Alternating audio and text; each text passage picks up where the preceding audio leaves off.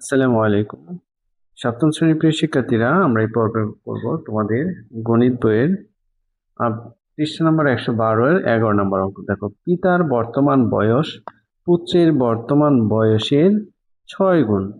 ৫ বছর পর তাদের বয়সের সমষ্টি হবে ৪৫ বছর। পিতা ও পুত্রের বর্তমান বয়স কত? দেখো, পিতা ও পুত্রের বর্তমান বয়স আমাদের বের করতে হবে। তো আমরা এই অঙ্কটা এভাবে করব যে, মনে করি পুত্রের বর্তমান বয়স হচ্ছে x বছর। ঠিক আছে? তাহলে পিতার বর্তমান বয়স হবে কত? 6x বছর। কারণ হলো পিতার বর্তমান বয়স কি পুত্রের বর্তমান বয়সের 6 গুণ, সেজন্য আমরা 6 দিয়ে গুণ করেছি।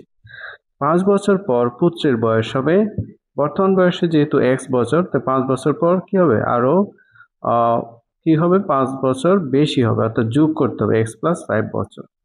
সুতরাং 5 বছর পর পিতার বয়স হবে, বর্তমানে পিতার বয়স হচ্ছে 6x, 5 বছর হবে, পরে হবে 6x + 5 বছর। তো বলছে কি যে তাদের বয়সের সমষ্টি হচ্ছে 45 বছর। তো আমরা এটাকে এভাবে লিখতে পারি যে তাদের বয়সের সমষ্টি কত? x + 5, x + 5 যোগ 6x + 5, অর্থাৎ 5 বছর পর তাদের বয়সের সমষ্টি কত? 45 বছর। তাহলে দেখো, x আর 6x যোগ করলে হয় 7x, 5 আর 5 যোগ করলে কত হয়? 10 হয়, আর এদিকে আছে কত? 45। তো এই পাশে দেখো 7x, এখানে যে প্লাসের 10x বা 10 আছে, এটাকে আমরা মাইনাস দিয়ে ওই পাশে নিয়ে গেলাম। এখন 45 থেকে যদি 10 বিয়োগ করি তাহলে কত হবে? 35 হবে। 7x সমান 35, সুতরাং x সমান কত? 7/35। এখন 7 দিয়ে আমরা 35কে কাটলে কত হবে? 5 × 7 = 35। সুতরাং x সমান কত? 5। অর্থাৎ পুত্রের বর্তমান বয়স হলো x সমান 5 বছর। তাহলে পিতার বর্তমান বয়স হবে 6x বছর, অর্থাৎ 6 গুণ 5, 5 এ কত? 30 বছর।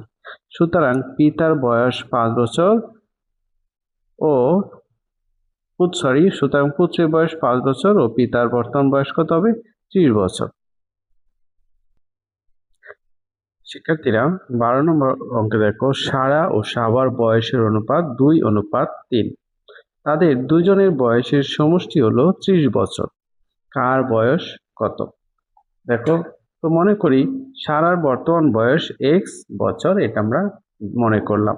তাহলে সাবার বর্তমান বয়স হবে কত? 3x বছর।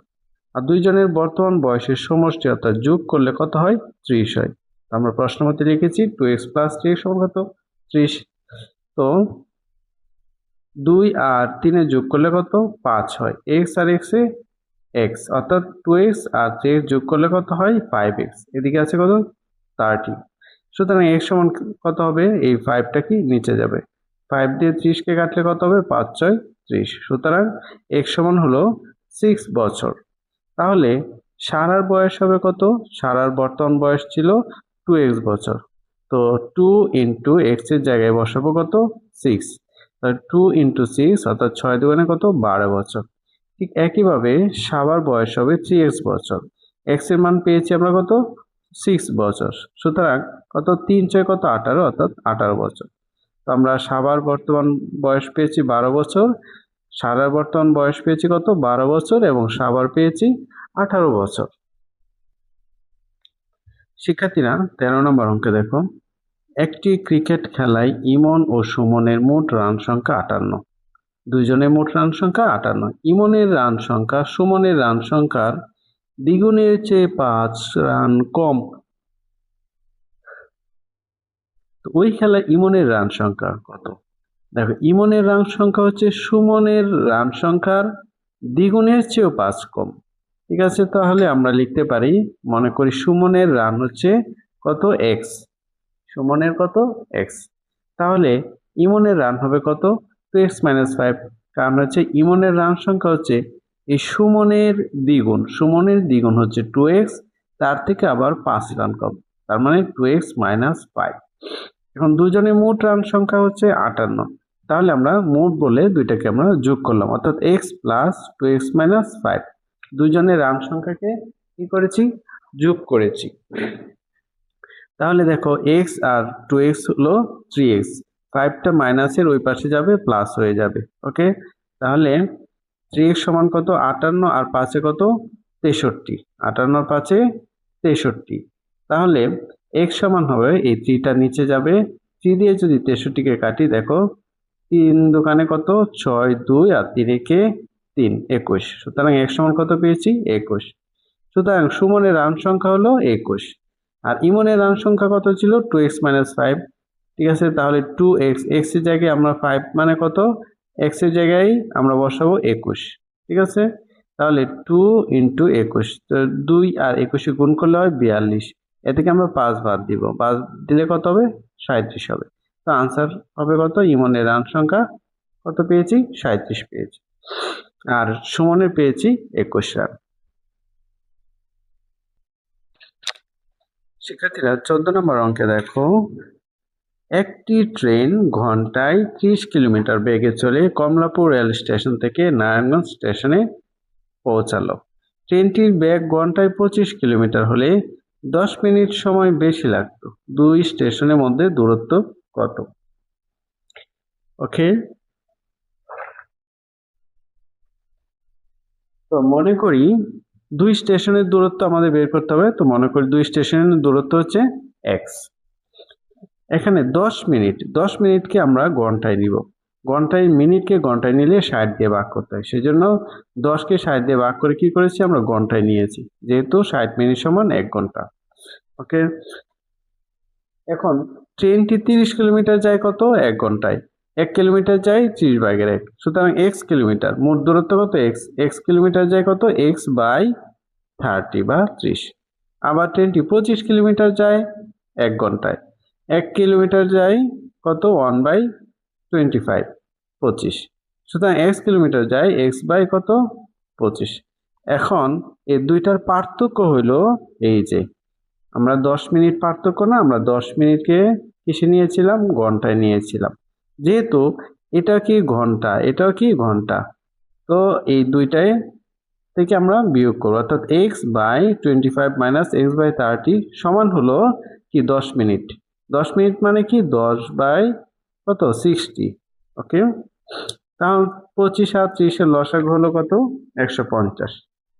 ওকে, 150 এবং 25 দিয়ে 150-কে ভাগ করব, ভাগ করলে কত হবে, 6 হবে। 6 দিয়ে x কে গুণ করলে 6x, 30 দিয়ে 50-কে ভাগ করলে 150-কে ভাগ করলে কত, 5। 5 দিয়ে x কে গুণ করলে 5x, আর এদিকে কত আছে, 10/60, যা আছে তাই।